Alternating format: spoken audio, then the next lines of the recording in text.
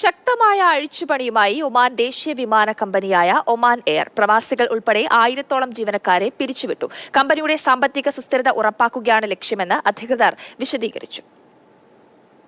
കാര്യക്ഷമത വർദ്ധിപ്പിക്കുന്നതിനും സാമ്പത്തിക സുസ്ഥിരതയ്ക്കുമായാണ് ജീവനക്കാരുടെ എണ്ണം പുനഃക്രമീകരിച്ചതെന്ന് ഒമാൻ എയർ വ്യക്തമാക്കി. 500 പ്രവാസികളടക്കം 1000 ജീവനക്കാരാണ് പിരിച്ചുവിടൽ നടപടി നേരിടേണ്ടി വന്നത്. ഗതാഗത വിവരസാങ്കേതിക വിദ്യാ മന്ത്രിയും ഒമാൻ എയർപോർട്ട്സ് ചെയർമാനുമായ എഞ്ചിനീയർ സയ്യിദ് ബിൻ ഹമൂദ് അൽ മൗലിയാണ് ഇക്കാര്യങ്ങൾ വിശദീകരിച്ചത്. രാജ്യത്തെ വ്യോമയാന രംഗം ശക്തിപ്പെടുത്താൻ കഴിഞ്ഞ വർഷം സ്വീകരിച്ച നടപടികളെക്കുറിച്ച് വിശദീകരിക്കുകയായിരുന്നു അദ്ദേഹം. സമാന ശേഷിയുള്ള മറ്റ് വിമാന കമ്പനികളെക്കാൾ കൂടുതലായിരുന്നു ഒമാൻ എയറിലെ ജീവനക്കാരുടെ എണ്ണം. 4300 ജീവനക്കാരാണ് ഒമാൻ എയറിൽ ജോലി ചെയ്തിരുന്നത്. മറ്റ് വിമാന കമ്പനികളിൽ ഇത് 2700 വരെ മാത്രമായിരുന്നുവെന്നും അദ്ദേഹം പറഞ്ഞു.